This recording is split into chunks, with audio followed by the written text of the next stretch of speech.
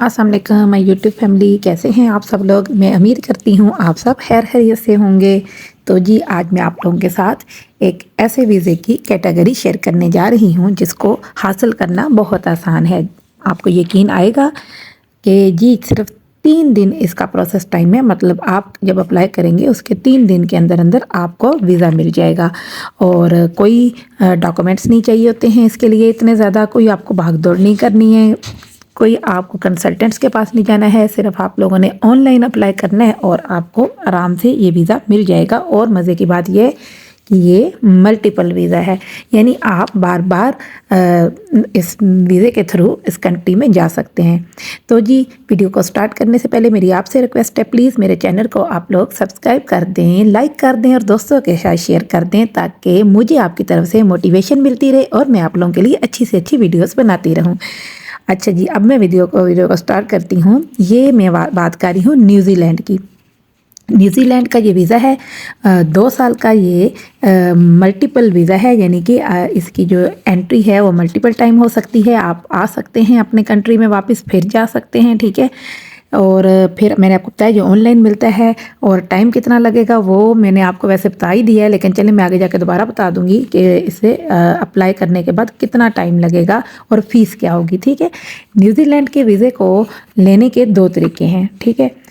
और दोनों की फ़ीस भी डिफरेंट है। एक तो जी टूरिस्ट वीज़ा होता है और ये वीज़ा जो है इसमें काफ़ी सारी डॉक्यूमेंटेशन चाहिए होती है, बैंक स्टेटमेंट और ये और वो और बस इस तरह की बहुत सारी चीज़ें। बिज़नेस का आप अपने डॉक्यूमेंट दिखाएं कि मतलब हमें उनको ये शो करना होता है कि हम टूरिज़्म के लिए जा रहे हैं और हमारे पीछे बैंक अकाउंट में इतना पैसा है, हमारा यहाँ सेटल बिजनेस है, हम वापस आ जाएंगे, ठीक है। ये तो होगी एक तरफ। अब जिस वीज़े की मैं आपसे बात करने जा रही हूँ वो एक ई वीज़ा है।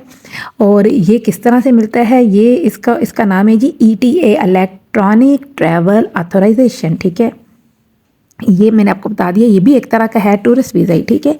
लेकिन बात यह है कि ये इसकी गारंटी है कि ये आपको 100% मिल जाता है। लेकिन सिर्फ एक छोटी सी उनकी रिक्वायरमेंट है कि ये उन लोगों को मिलता है जिनका कोई क्रिमिनल रिकॉर्ड ना हो, यानी जिनको कोई भी, जिन्होंने मर्डर इस तरह की किसी भी गलत काम में ना पार्टिसिपेट किया हुआ हो, जिनके ऊपर कोई भी क्रिमिनल रिकॉर्ड ना हो, वो फिर पुलिस की रिपोर्ट जाहिर सी बात है आप लोगों ने उन्हें शो करनी होगी।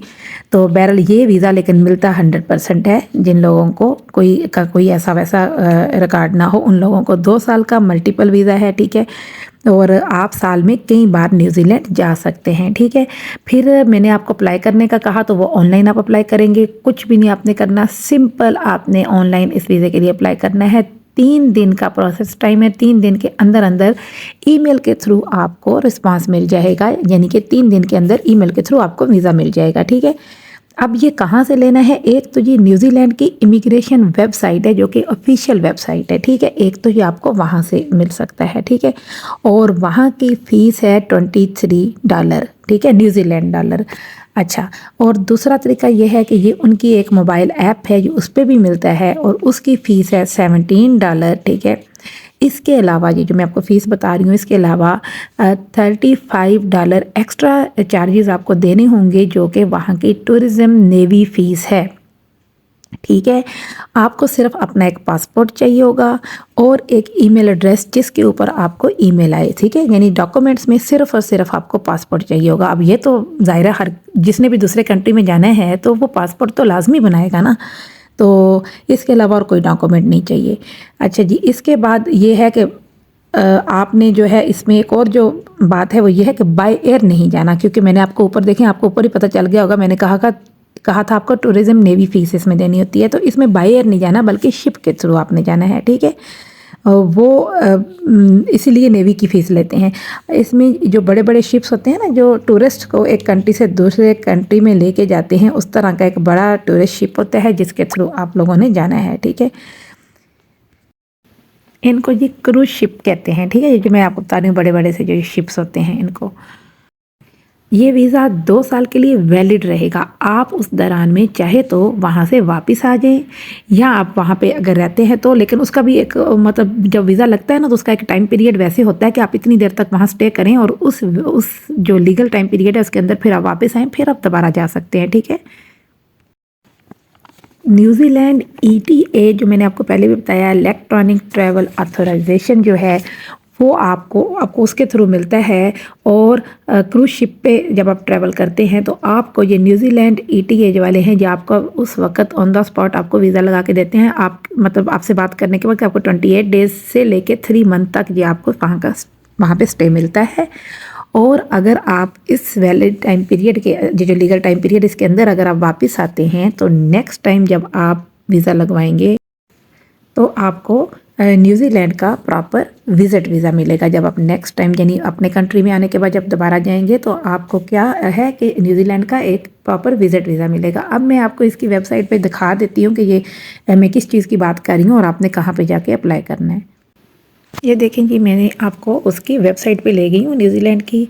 ये देखें इसकी इन्फॉर्मेशन है, ये मैंने ज़रा ओपन की है ताकि आप लोग इसे पढ़ लें। You are visiting for maximum 3 month, और ये वाला जो देखें दिया हुआ जो एक टाइम में आप इतनी देर तक रह सकते हैं, ठीक है।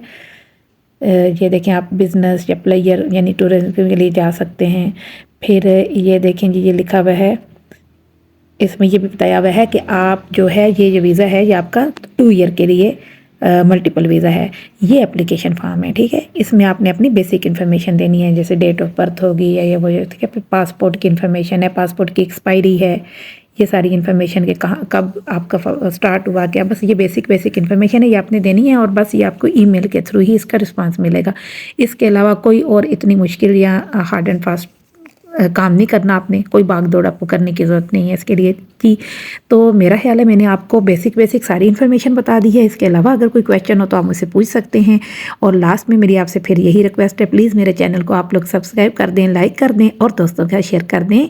मैं आइंदा अच्छी से अच्छी इन्फॉर्मेशन आपके साथ शेयर करती रहूँ। इसी तरह मेरी तरफ से अल्लाह हाफिज़।